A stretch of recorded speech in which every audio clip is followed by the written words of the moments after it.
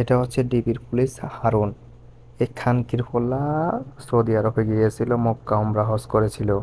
নদীর ফোলা এতে বাংলাদেশে মা বোনের অনেক ইজ্জত নষ্ট করছে। এই নদীর ফোলার কারণে বাংলাদেশে আজকে এমন পরিস্থিতি, কোটি টাকা বানাইতেছে বিদেশের বাড়িতে।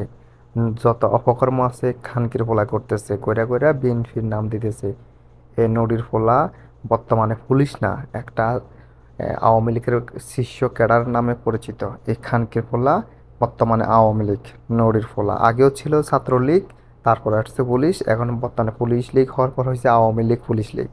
এই খানকির ফোলা দেখেন ভাইরাল হয়ে গেছে লিঙ্ক। নদীর ফোলা দেখেন কি করতেছে। শুয়োর বাচ্চা বর্তমানে পুলিশ লীগে রূপান্তরিত হয়েছে। দেখেন, এতে মানুষের জ্ঞান দেয়, এতে বাতের হোটেল খুঁজছে ঢাকাতে। দেখেন কি করতেছে নট্টির ফোলায়। এত অভণ্ড লোক নট্টির ফোলা।